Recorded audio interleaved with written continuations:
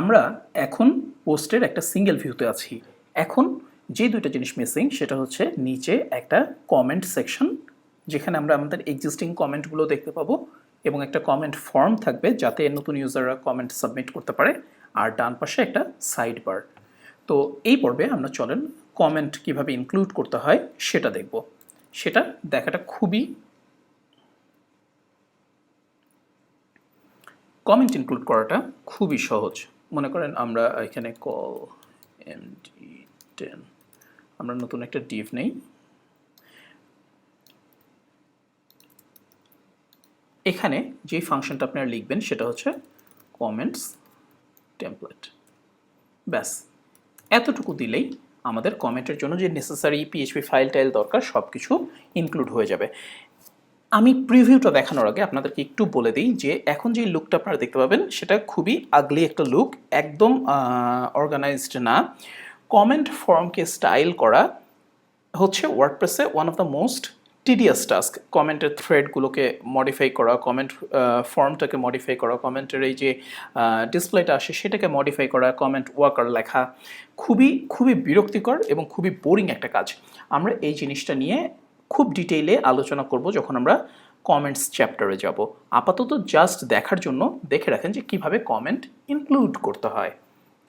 এই যে আমরা আসলাম, এখন এখানে এসে আমরা যদি রিফ্রেশ করি তাহলে আপনি দেখতে পাবেন এই যে ডিফল্ট যে কমেন্ট ফর্ম, কমেন্ট টেমপ্লেট সেটা কিন্তু ইনক্লুড হয়ে গেছে। এখানে আমরা ইচ্ছে করলে নতুন অ্যানাদার আমরা লিখে এখানে সাবমিট করলে সেটাও এখানে চলে আসছে, কিন্তু এখানে কোনো স্টাইল করা নেই, সো দেখতে খুবই বিশ্রী লাগছে। যাই হোক, সেটা পরের ব্যাপার। কমেন্টস যখন আমরা স্টাইল করতে যাব তখন বেশ কিছু জিনিস মাথায় রাখা দরকার। এগুলো সব কিছু আমরা ডিটেলে দেখবো কমেন্টস চ্যাপ্টারে। আর আরেকটা জিনিস সেটা হলো যে আপনারা যদি একটা কমেন্ট ফর্মকে দেখাতে চান, সবার আগে চেক করে নেওয়া দরকার যে এই পোস্টের জন্য কমেন্ট ওপেন আছে কিনা। অর্থাৎ আপনারা যদি এই পোস্টে যান, আমরা যদি এডিট পোস্টে যাই তাহলে দেখেন এই যে স্ক্রিন অপশনসে ডিসকাশন, এটা যদি এনাবল থাকে নিচে স্ক্রল করে ডিসকাশন সেকশনে আপনারা দেখবেন যে অ্যালাউ কমেন্টস, এটা আমি ক্লোজ করে রাখতে পারি, মানে আপনার থিমের ইউজাররা ক্লোজ করে রাখতে পারে। সো সেই ক্ষেত্রে অবশ্যই আপনাকে সেই স্টেপটা নিতে হবে যে যদি কমেন্ট না থাকে তাহলে আমি কমেন্ট অ্যালাউ করা না থাকে তাহলে আমি কমেন্ট ফর্মটা লোড করব না। ওকে, সো আমরা সেটা কিভাবে করতে পারি, আমরা এখানে লিখতে পারি যে ইফ